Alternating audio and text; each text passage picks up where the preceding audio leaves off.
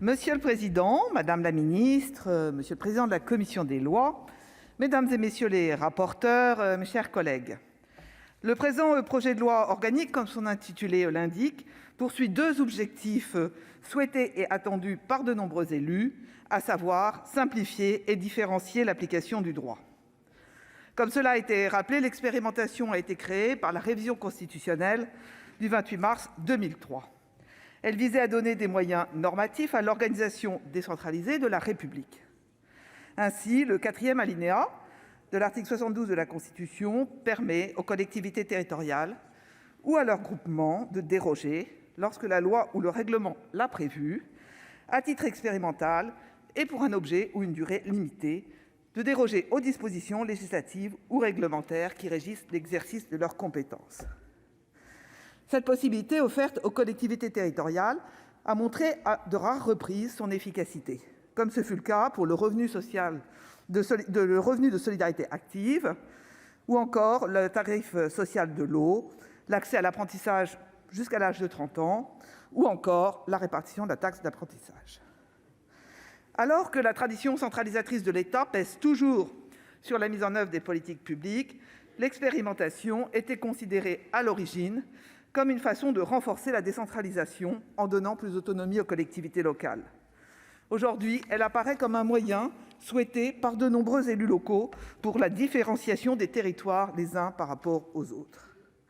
La volonté du Gouvernement ici de simplifier le recours à l'expérimentation pour assurer plus d'agilité locale et donc plus de différenciation est a priori louable. Cependant, l'adoption du projet de loi expérimentation, avant le projet de loi plus fondateur, nous l'espérons, étant attendu des 3D+, ou 4D, qui doit fixer l'objectif de différenciation, relève pour nous d'un illogisme législatif. Plus clairement, ça consiste à mettre plutôt la charrue avant les bœufs, comme on dit en pays cauchois, à définir les moyens avant de connaître clairement la cible. Cela est d'autant plus vrai que pour donner véritablement tout son sens à l'expérimentation locale, ce n'est pas seulement la loi organique qu'il fallait modifier, mais bien, comme cela a été dit à plusieurs reprises, notamment par les rapporteurs, la Constitution elle-même, comme l'avait proposé le Sénat, afin d'éviter le couperet du principe d'égalité pour la pérennisation des expérimentations. Je voudrais ici saluer l'excellent travail des rapporteurs Françoise Gatel et Mathieu Darnaud, qui portent au cours des débats successifs les propositions du Sénat, à l'initiative de son président Gérard Larcher, pour une nouvelle génération de décentralisation, et qui tentent ici, par leurs apports, de donner plus de souffle à cet outil technique qu'est l'expérimentation.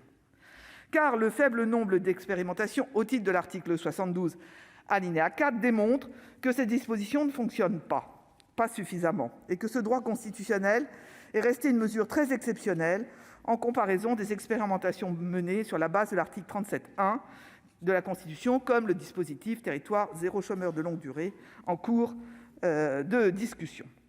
Ce demi-échec s'explique par la lourdeur de la procédure, les débouchés limités et l'absence, cela a été dit, d'évaluation utile. Le principal facteur limitant de l'expérimentation territoriale est identifié, la complexité, la lourdeur de la procédure, qui permet, pour participer à une expérimentation, et surtout engendre à dissuader toutes les collectivités territoriales de se lancer dans ce projet expérimental. Les 7 étapes préalables à l'expérimentation ont surtout conduit à refermer ce droit ouvert. Donc la simplification des conditions de participation est essentielle pour permettre son effectivité et permettre aux collectivités de décider par une simple délibération d'y participer sans qu'il soit nécessaire d'y être autorisé par un décret va dans le bon sens.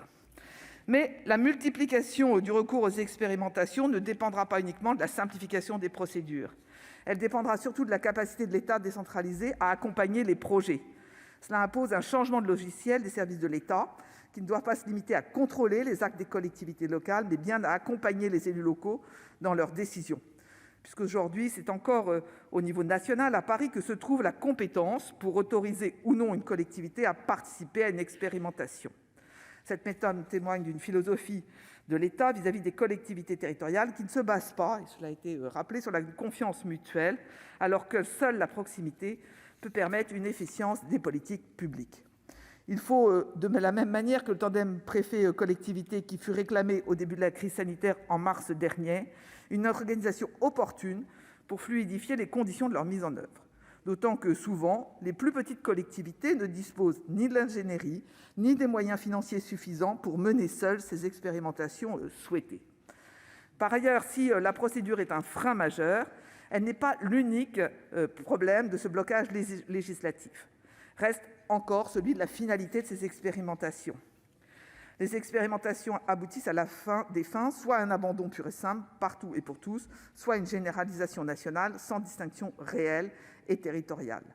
L'alternative abandon-généralisation est brutale et n'incite pas, comme ça a été dit, les collectivités territoriales à risquer une expérimentation sans débouché alternatif. En proposant que les mesures expérimentales puissent être maintenues, tout ou partie des collectivités territoriales ayant participé à l'expérimentation et étendues à d'autres, le projet de loi ouvre des voies plus attrayantes. Cette possibilité sera ouverte aux collectivités territoriales, justifiant d'une différence de situation qui autoriserait ainsi qu'il soit dérogé au principe d'égalité. C'est la logique de cette loi organique qui, avec les réformes territoriales dont le Sénat attend beaucoup, doit être le premier pas d'une politique de différenciation territoriale. La différenciation territoriale n'est pas un risque de division, mais bien une méthode de gouvernance qui permettra de mieux prendre en compte les réalités locales. Nous en avons fait l'expérience en voyant ça avec la loi d'août 2019, dernièrement adoptée, sur les compétences de la collectivité européenne d'Alsace, qui en est un bon exemple et qui ouvre une voie. Enfin, une bonne expérimentation est une expérimentation évaluée, dont les effets sont mesurés à l'aune des objectifs recherchés. Elle permet de définir les évolutions voulues pour l'expérimentation, tant à son terme qu'au cours de sa réalisation. Elle permet surtout d'assurer le suivi, comme l'a justement dit Mathieu Darnaud, de l'expérimentation et d'informer ou non sur la nécessité de la poursuivre. C'est pourquoi, comme les rapporteurs, nous pensons qu'il est opportun de renforcer l'évaluation durant tout le déroulement de l'expérimentation, sans en alourdir la procédure. De même, l'information chaque année du Parlement est incontournable pour permettre aux législateurs de connaître les applications différenciées de la loi sur le territoire. En conclusion, nous voterons ce projet de loi organique qui, même s'il ne consacre pas véritablement un droit à la différenciation, qui de son côté mériterait une révision constitutionnelle plus globale, accorde une meilleure agilité pour la mise en œuvre des politiques publiques, ce que réclament depuis longtemps le Sénat et les sénateurs.